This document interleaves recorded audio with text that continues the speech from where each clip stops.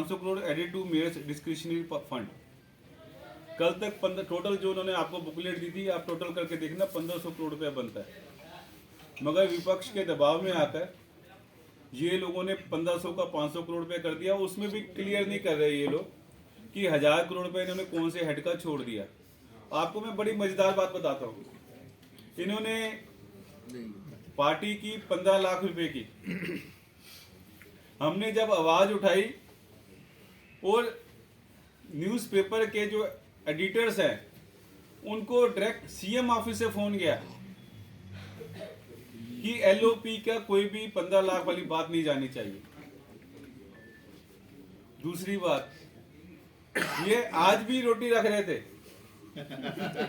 इन्होंने हमें कहा कि हम लंच करेंगे आज। मैंने कहा जब तक एम्प्लॉइज को पैसा नहीं जाता, जब तक कॉर्पोरेटर्स को हमारे डेवलपमेंट फंड नहीं आएगा, हम आपके यहाँ नहीं आएंगे। इन्होंने लास्ट मौके के ऊपर उसको वापस लिया। फिर इन्होंने मुझे कहा जी 15 लाख का आपने कैसे लिख दिया कि 10,000 पर प्लेट की। मैंने कहा काउंट कीजिए आप।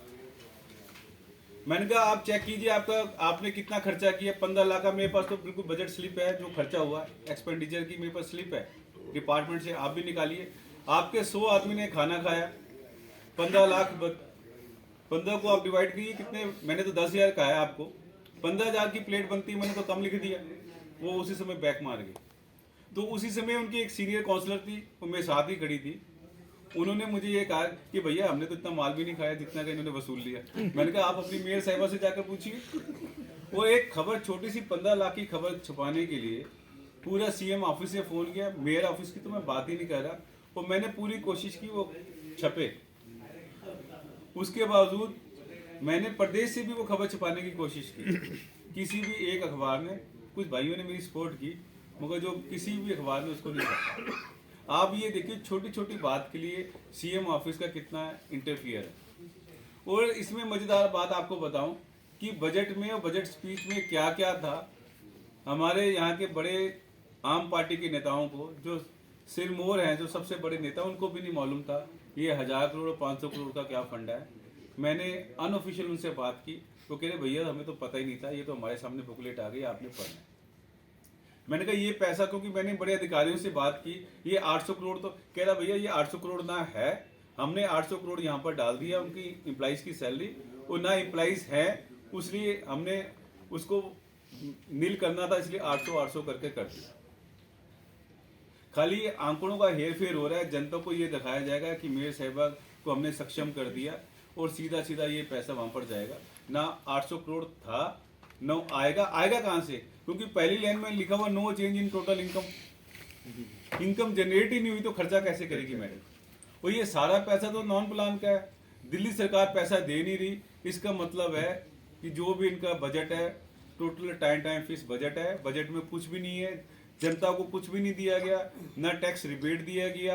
मैंने तो इनको कहा था कि हम लोग तो हमेशा एमनेस्टी स्कीम लेके आते थे, आप भी एमनेस्टी स्कीम लाइए, जनता भी खुश होगी, आपकी भी वाह वाह होगी।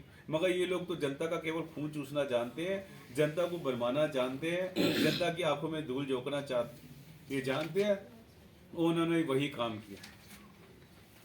इन्होंने एक पॉइंट बहुत अच्छा लिखा, जो पहले 850 करोड़ का धोखा था, अब ये 1500 करोड़ का भी धोखा दे रहे हैं। अब लास्ट में आज ही salary expenses of teachers to the tune of ₹1500 crore to be won by the government of Delhi, कि 1500 करोड़ रुपए जो टीचर्स का खर्चा है, ये सैलरी का खर्चा ये दिल्ली गवर्नमेंट देगी।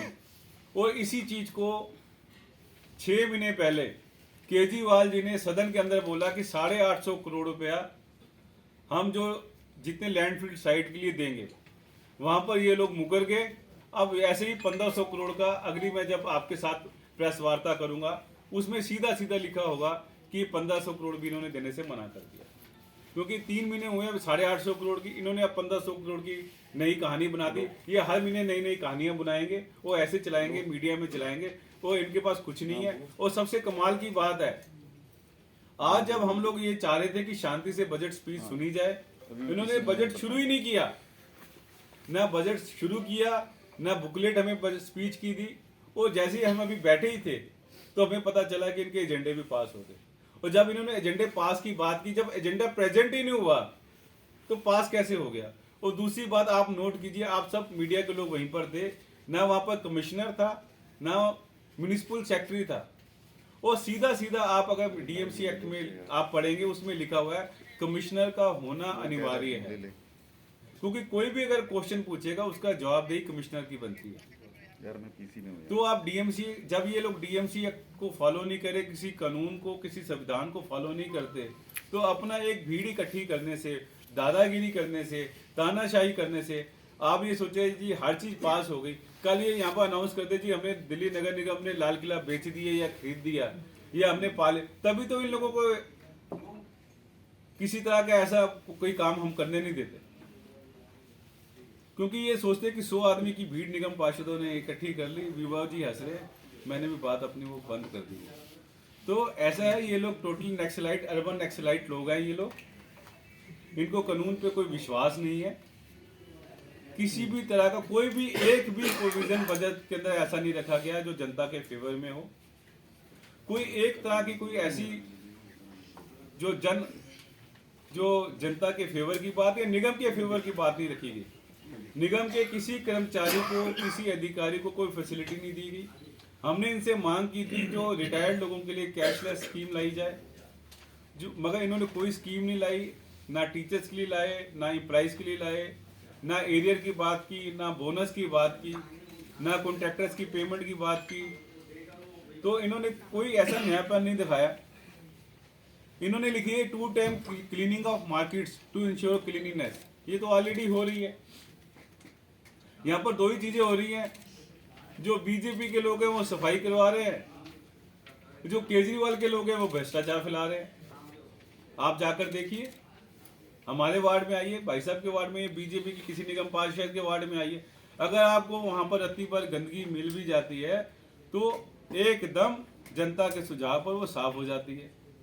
आप आम आदमी पार्टी के काउंसिलर्स के यहाँ चले जाइए, गंदगी के ढेर लगे हुए हैं, उनसे पूछिए आपके सफाई कर्मचारी कहाँ पर हैं, आपकी इतनी गंदगी क्यों हो रही है, तो इनके पास किसी चीज का कोई जवाब नहीं है। देखो, और आगे लिख दिया school play ground will be rented out. अब ये स्कूलों को भी बेचने की प्रोसेस में आ गए कि स्कूलों को हम किराए पर दे देंगे। आज तो खाली प्ले ग्राउंड के ऊपर इन्होंने बात की है, 6 महीने के बाद कह देंगे कि हम ये क्या कर रहे हैं। इनकी एक बहुत तगड़ी सोची समझी प्लानिंग चल रही है, जिसमें ये सभी स्कूलों को मर्ज कर रहे हैं। 4 स्कूलों को मर्ज करके जो बिल्डिंगें बचेंगी उनको ये कोचिंग सेंटर को दे देंगे, व्यापारी लोगों को दे देंगे।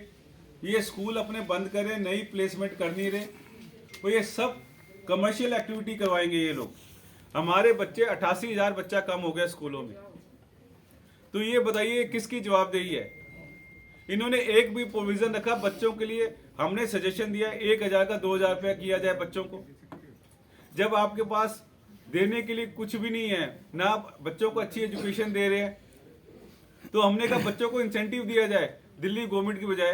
अगर वो 1,000 देते हैं, हम 2,000 देंगे बच्चों को। अच्छा मिड डे फूड दिया जाए बच्चों को, बच्चों को यूनिफॉर्म दी जाए, अच्छी यूनिफॉर्म दो, आप क्वालिटी अच्छी कीजिए, आप एजुकेशन की क्वालिटी अच्छी कीजिए। आपके पास बच्चे क्यों नहीं आ रहे? जब आप बच्चों को सब कुछ प्रोवाइड करें, कहीं ना कहीं हमारे में चूक है, उस चूक को दूर करें हम।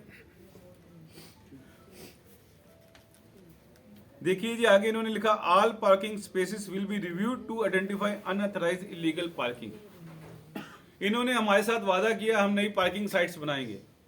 1 साल के अंदर ना इन्होंने कोई पार्किंग साइट बनाई, ना प्रोविजन बनाया, ना बजट में लिखा। इलीगल पार्किंग तो इन्होंने शुरू करवा दी। जो छोटी छोटी मार्केटों के अंदर जहाँ दूध ब्रेड लेने लोग जाते हैं, वहां पर इन्होंने माफिया बैठा दिया पार्किंग का। अगर आप दूध लेने जाओ, 100 रुपए का दूध लोगे, 40 रुपए पहले म्यूनिसिपल कॉर्पोरेशन को टैक्स भरोगे। आप 80 रुपए की ब्रेड लोगे, 40 रुपए साथ में टैक्स भरोगे। वो गुंडागर्दी भी करेंगे।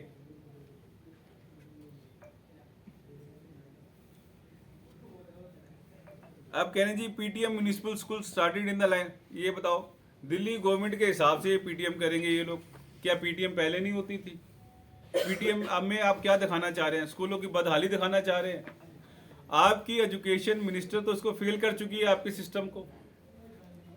तो हर तरफ से ये इनका जो है, मैं समरी में आपको बता रहा हूँ, एक भी चीज ऐसी नहीं है कुछ नई हो, कुछ लुक्रेटिव हो, कुछ जनता के हित में हो, कुछ निगम के हित में हो, जो हमारे कॉरपोरेशन का जो कर्जा है वो कैसे हटेगा, कोई सजेशंस नहीं है, कुछ भी नहीं है, वेग है सब कुछ, हवा में सब कुछ, हवाबाजी हो रही है। मैं तो आप लोगों को यही कहना चाह रहा हूँ। कुछ किसी का क्वेश्चन हो तो बताइए।